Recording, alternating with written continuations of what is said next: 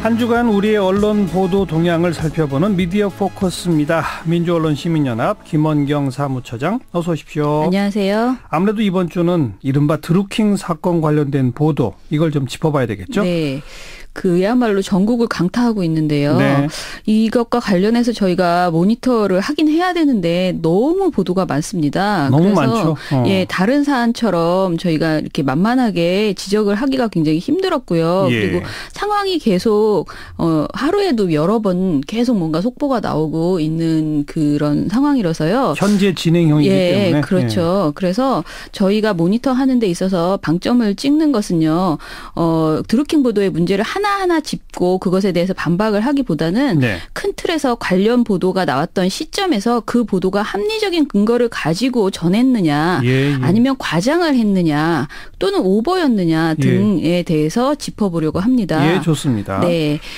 일단은 청와대 국민청원 게시판에 올라온 TV조선 종편 허가 취소 청원이 있었어요. 네. 그런데 이것에 드루킹 관련 보도로 인해서 분노한 사람들이 16만 명 이상이나 서명을 했다고 합니다. 예. 그러자 TV조선은 자사 시사 토크쇼에서요. 국민청원에 대해서 매우 비판적으로 말을 하면서 이것은 언론 탄압의 일환이다라는 식으로 이야기를 했어요. 네. 그렇다면 이 논란 속에서 왜 TV조선에 대해서 사람들이 이렇게 많이 분노를 하고 있는가 짚어보지 않을 수 없습니다. 그래서 네. 저는 오늘 TV조선과 조선일보 보도 관련해서 이야기를 해보려고 합니다. 네. 그 TV조선, 조선일보 어떤 문제가 있었던 거예요? 그래서 이게 국민청원에 16만 명 이상이나 한꺼번에 서명을 한 겁니까? 네. 일단은 TV조선 이것이 정치다라는 4월 16일 방송에서요. 국민청원을 전하면서 이것은 언론 탄압이라고 비판을 하고 있는 자유한국당의 모습부터 보여줍니다. 네. 그리고 나서는 아무 근거도 없이 비판한 것도 아니고 상당한 신빙할 수 있는 근거를 가지고 권력을 이렇게 비판한 것이다. 이게 참 언론의 모습이다라고 서정욱 변호사가 말했고요. 예. 또 고성국 TV조선 논설위원은 정말 언론의 자유가 중요하다고 생각한다면 이 사태가 TV조선만의 문제라고 치부하고 있어서는 안 된다. 다른 언론이 이 사태를 어떻게 보고 어떤 입장을 취하는가가 정말 언론인가 아닌가를 가늠하는 척도가 될 수 있다.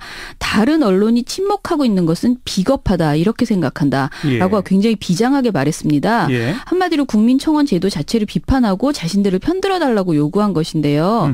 하지만 청와대 국민청원에는 TV조선을 옹호하는 청원들도 다수 있었습니다. 네. 저희가 확인해 보니까요. 다른 언론은 TV조선 본받아야 한다라는 청원도 있었고요. 예. JTBC 종편 취소 청원, TV조선 찬성 청원도 있었어요. 예. TV조선 살려주세요. 진정한 언론 TV조선을 지상파로 승격시켜주세요라는 청원도 있었습니다. 네. 그런데 이 각 청원에 동의하는 국민은 10명 내외에 불과했습니다. 10명? 네. 그런데 현재 제가 오기 전에 확인했을 때 그런데 TV조선은 청와대 국민청원 게시판을 원망하면서 자신들 편을 들지 않는 언론을 이렇게 과민하게 비난한 것이잖아요. 그리고 네. 이제 서명을 했던 국민들을 이제 언론 탄압이라고 생각하고 있는 상황인데요. 저는 이 부분에 있어서 TV조선 보도를 먼저 살펴봐야 된다 이렇게 생각을 한 거고요. 좀 살펴보죠. 네. 일단은 14일 그러니까 드루킹 기소 다음 날인 14일에 조선일보는 일면 보도를 포함해서 7건으로 이 사안을 대서특필했습니다. 네. 제목을 보면 일면은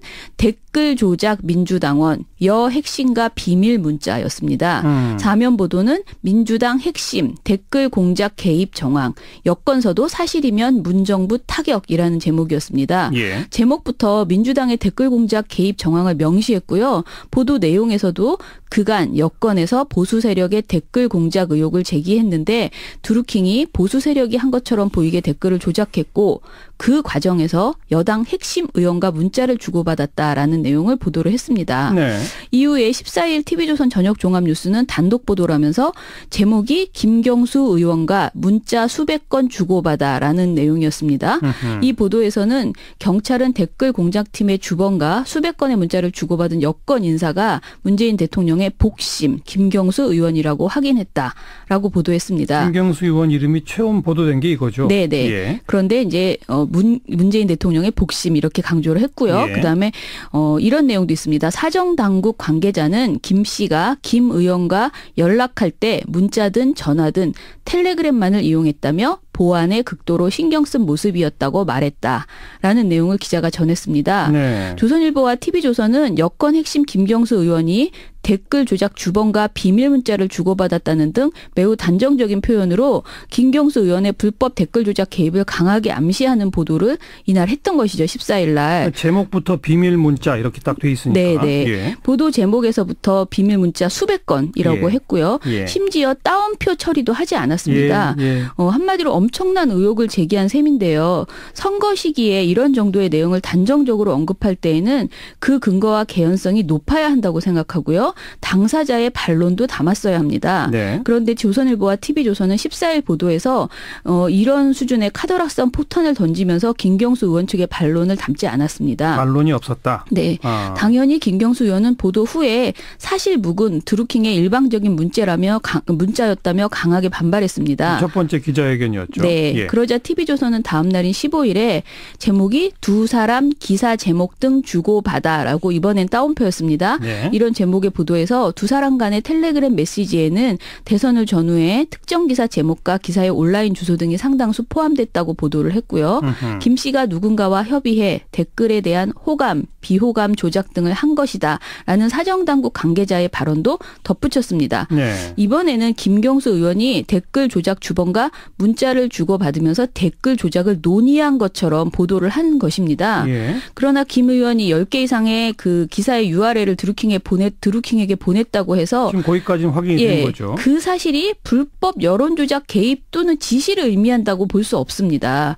그러니까 불법 여론조작 개입이 증명되기 위해서는 김 의원의 불법 지시 정황이나 금전 등의 그 지원 정황이 있어야 합니다. 그렇죠. 조선일보와 TV조선은 문자나 텔레그램을 주고받았다는 사실 하나만으로 불법 여론조작 개입이라는 중대한 범죄를 예단한 셈입니다. 수사가 진행 중인 상황에 대해서 매우 성급하고 단정적으로 악의적으로 보도했다라는 사실은 분명해 보입니다. 다른 언론들은 좀 다릅니까? 사실은 제가 보기에는 거의 비슷한 논조로 비슷하죠. 보도를 하고 있습니다. 조선일보와 TV조선이 가장 먼저 보도했다는 차이이죠. 김경수 의원이나 민주당의 드루킹 댓글 조작 개입을 제기하지만 현재 김경수 의원과 댓글 조작 개입을 분명하게 입증하는 사실과 개연성은 없는 상황입니다. 지금 수사 중인 상태죠. 대부분의 보도는 그저 어떠냐면 김경수, 민주당, 드루킹 간의 깊은 인연을 강조하는 데 방점을 찍고 있습니다. 그러니까 이들이 친분이 굉장히 깊다라는 것을 강조하기 위해서 여러 가지 사례가 나오는데요. 예를 들면 김경수 의원이 경공모의 안희정 전 지사를 소개했다. 그렇죠. 또는 오사카 총영사 인사를 청탁했다 등을 강조하고 있습니다. 그러나 누군가를 강영자로 추천했다는 것이 친밀한 관계나 불법 지시로 연결되기 어렵습니다. 또 인사청탁도 마찬가지죠. 성사되지 않았고요. 드루킹이 김 의원을 협박했다는 점에서 개연성도 떨어진다고도 볼 수 있습니다. 또 다른 억지성 보도가 있는데요. 문화일보가 18일 단독으로 냈던 민주, 대선 직후 합의에 없던 일반인 드루킹 고발 취하 요구라는 제목의 보도가 있었습니다. 이것도 주목됐었죠. 네, 이 보도는 대선 직후인 지난해 9월 민주당과 국민의당이 서로의 고발건을 취하하기로 합의하면서 민주당이 드루킹을 콕 집어서 취하되도록 해줬다고 보도하자 조선일보가 여론전에 합세한 그런 상황인데요. 이 또한 개연성이 매우 부족한 보도였습니다. 보도에 드러난 사실만 보자면요. 드루킹이 포함된 14명의 문펜에 고발을 취하하겠다고 제안한 쪽은 국민의당이었습니다. 오히려 민주당은 제출받은 고발 현황에 문펜 14명이라고만 적시되어 있었어요. 그리고 그 사람들의 이름은 기재되어 있지 않았습니다. 그래서 민주당은 14명의 드루킹이 있는지조차 알지 못했고요. 단지 국민의당에 의해서 고발된 우리 측, 그러니까 민주당 측 지지자가 14명이 있구나라고 인식하고 고발 취하에 동의한 것이라는 그런 입장을 민주당이 지금 내고 있습니다. 실제로 문화일보와 조선일보가 공개한 그러니까 국민의당의 민주당 고발 사건 리스트를 보면 성명 불산자 14명, 그러니까 이름이 없는 사람 14명, 문펜위원회 소속이라고만 기재되어 있습니다. 드루킹 등 아이디를 찾아볼 수가 없어요. 아이디도 이름도 없었다? 네. 드루킹이 포함됐다는 것은 이후에 국민의당이 밝힌 겁니다. 밝혀낸 거죠. 네, 이렇게 되면 문화조선의 시각 자체에 의문이 제기됩니다. 자기 당 지지자 14명 누리꾼들의 고발 취하에 동의했을 뿐이지 그 네티즌 계정이 무엇인지 거기에 드루킹이 있는지 아예 몰랐다는 민주당의 입장이 사실이라면 드루킹이 포함된 누리꾼의 고발을 콕 집어 취하해 준 주체도 오히려 국민의당이 되기 때문입니다. 저는 이 사안을 보면 정상 정상적인 언론이라면 바른미래당이나 민주당 입장을 앵무새처럼 그냥 전하기보다는 상식적으로 이 내용에 의문을 갖고 취재하고 언론 스스로 판단해서 이건 좀 무리한 지적 아닌가라는 평론도 했어야 된다고 봅니다. 그런데 양쪽 당 목소리만 그냥 바로바로 전달했다. 그렇죠. 그냥 완전히 한마디로 그 바른미래당의 주장을 그대로 보도했고요. MBC나 다른 언론사들도 민주당의 반론을 싣기는 했지만 그냥 앵무새처럼 전하는 데 그쳤습니다. 아무튼 지금 수사 중이고 이게 수사의 핵심은 지난 경선이나 대선 과정에 민주당과 이들의 조직적, 검정적 연계관계가 있었느냐 없었느냐 아닙니까? 네네. 그런데 그렇죠. 지금 거의 있었다는 가정법 하에 공세가 나오고 있는 거고 그렇죠. 언론의 보도는 그런 거죠. 예, 대부분이 그 개연성이 부족한 것을 개연성이 있다고 이야기하기 위해서 약간 비약하는 그런 보도들이 대부분이죠. 예를 들면 조선일보에서 사설에 대통령 부인까지 등장하기 시작한 드루킹 게이트라는 제목의 19일자 사설이 있었습니다. 이 보도에서는 지난해 대선 당시 경호원으로 보이는 여성이 다음 일정 장소로 가자고 재촉했지만 김 여사는 경인선에 가야 한다는 말을 5차례 했다면서 김정숙 여사가 반드시 챙기고 가야 한다고 느낄 만큼 드루킹을 의식하고 있었다라고 지적을 하고 있습니다. 또한 김경수 의원을 드루킹이 댓글 작업 결과를 보고해온 김경수 의원이라고 묘사하기도 했습니다.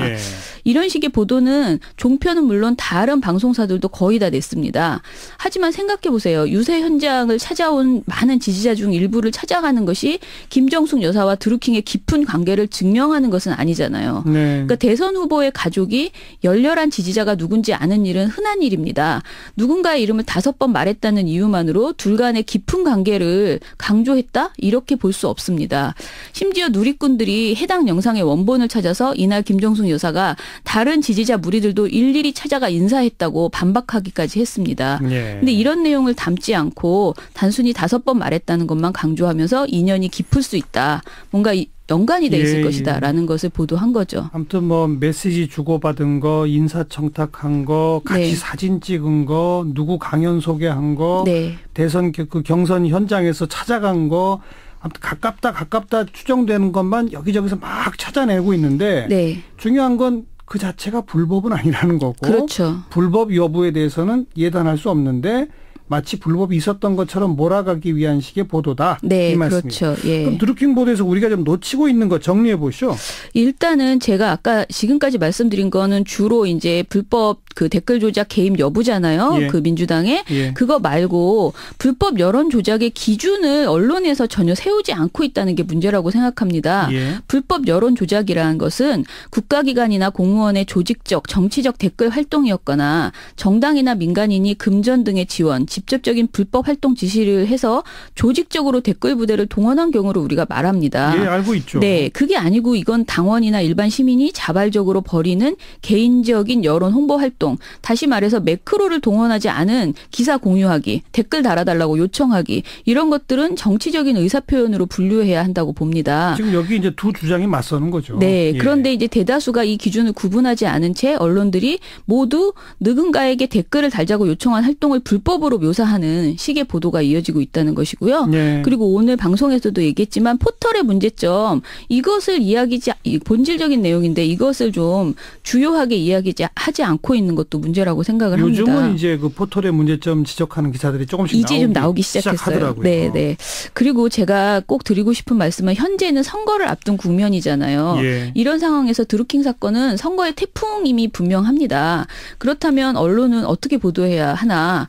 무조건 보도하지 말아야 하는 것도 아닙니다. 그리고 야당 측은 이런 사안을 사실상 절대로 호락호락 넘어갈 리가 없다고 생각합니다. 어느 정당이라도 그랬을 것이라고 봅니다. 그렇다면 언론은 특정 정당의 목소리만 싣거나 정부 여당의 입장만 비호해서는 안 된다고 생각하고요. 경찰 수사를 지켜보고 각 정당의 주장도 들어보면서 언론이 그 와중에 스스로 판단하고 검증해야 되는 역할을 해야 한다고 봅니다. 무리한 주장을 하는 거면 되묻고 선거 시기인 사실인 만큼 누가 봐도 명백한 허위 사실로 보이는 주장이라면 그것을 따옴표 처리해서 옮기기만 할 것이 아니라 그것에 대해서 따져묻고 그 말이 허위로 보인다, 뭔가 개연성이 낮다라는 점도 지적해야 한다고 봅니다. 예. 이런 작업을 하지 않은 채 그냥 온갖 주장들을 확대 재생산만 하고 있다면 선거 시기에 사실상 유권자들은 정치 혐오주의에 빠지게 될 것이라고 보고요.